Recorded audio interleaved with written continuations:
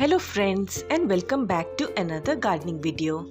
Today's video is all about these beautiful purslane and Portulaca plants, and during the summer season they get attacked by pests. So how can we take care of them without any chemical pesticides? So this is a mealybug over here that you are seeing on my purslane plant.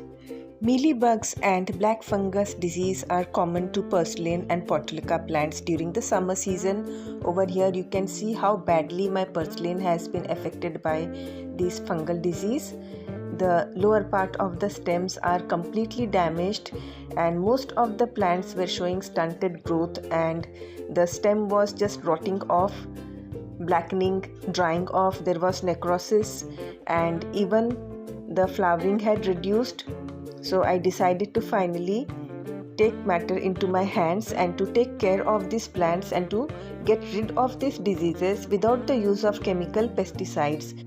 Though mossrose and purslane are believed to have very few pests, but if this kind of pest infestation or fungal diseases happen, then it can eventually kill the plant because the mealybugs will thrive on the sap of the plant and it will cause necrosis of the stems, and even this black fungus disease will cause damage to the stem, as you can see, and the plant will finally dry off. The leaves become yellow and fall off and the stem totally dries off. So my Portulaca and my purslane plants were affected by some pests and also fungal disease. So this time I decided to completely eradicate this disease and to take care of them. Actually, I had been neglecting them for quite some time. That is why the condition came to this. Otherwise, if initially you see the disease and you start spraying neem oil, then it will not reach to this stage. So because my mossrose plant was relatively less infected, I broke off the tips of the plant. The tips were not damaged too much, but still I am going to give it a treatment. So I'm going to take the tip of the purslane also. These were badly damaged. Even the tips had the disease. There were some mealybugs and there was some kind of black fungal disease also. So I tried taking just the top part. Then I took dishwash liquid. You can take any liquid detergent and add it to water, and then put in the purslane plants in it and give it a thorough rinse.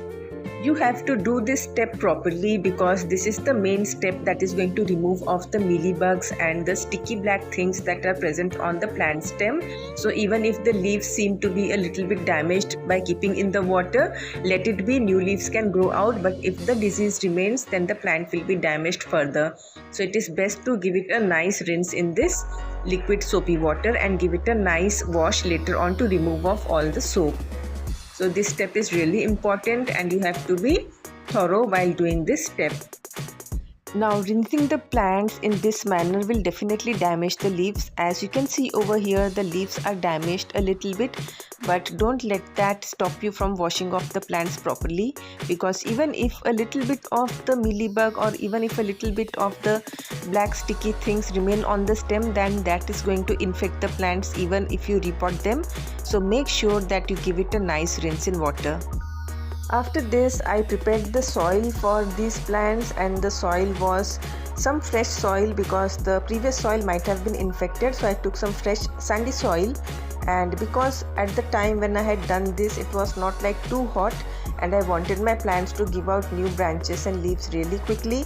So I added a little bit of neem cake and a little bit of mustard cake also.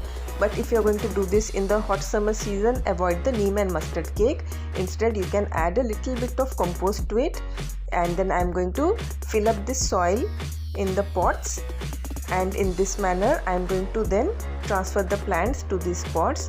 Now, there are two methods of transplanting the plants to the pots. The first method is fill the pot with soil. And then you can just take the plant, remove the lower leaves, and then just push it in the soil like so. And after I did this with all the 3 purslane pots, I'm going to water it, and in this manner I'm going to replant the washed stem cuttings of the purslane plant. So this was the first method which you can use for repotting them. And the second method of repotting is that you fill up the soil in the pot and then you add water to the soil first, and once the soil absorbs the water, and becomes a little dry on the top part. Then we are going to plant in the mossrose cuttings like so. So you can use either of these methods, and in this step you don't have to water the plant later on because the soil is already wet. So here also remove the lower leaves a little bit and then push in the stem cuttings. So in this manner we are going to repot the plants. And now let me show you the condition a day after. This is the condition a day after repotting. Some of the buds had bloomed and the plants were looking okay but not too healthy because they had been given this nice rinse, so they had become a little bit damaged, but definitely there were no more diseased parts. And this is how it was looking after a few more days. The red ones had started growing and blooming nicely. When I had done this repotting, it was not the peak of summer, so I had given it a little bit of diluted mustard liquid also. This you should give only if the weather is cool enough.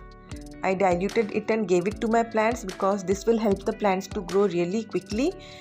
If it is the summer season, then avoid it, and you can alternatively give this kind of soaked rice water to it. This also has many minerals which are needed by the plants and they will show healthy growth. Apart from this rice water, you can also give your plants liquid banana peel fertilizer. That is also really good for the plants and it also helps the plants to grow well. So over here you can see how well the plants are growing. The yellow one was mostly affected, so it was showing a little slow growth. I also sprayed neem oil in between just in case if any of the disease was trying to come back, then it will prevent it. And you can see how healthy the plants have become now. Even the yellow one had started giving out new branches and the red ones had started blooming also, and they had become bushy also. You can pinch the plants now if you want to make them a little bit more bushier. You can see these have grown really nicely.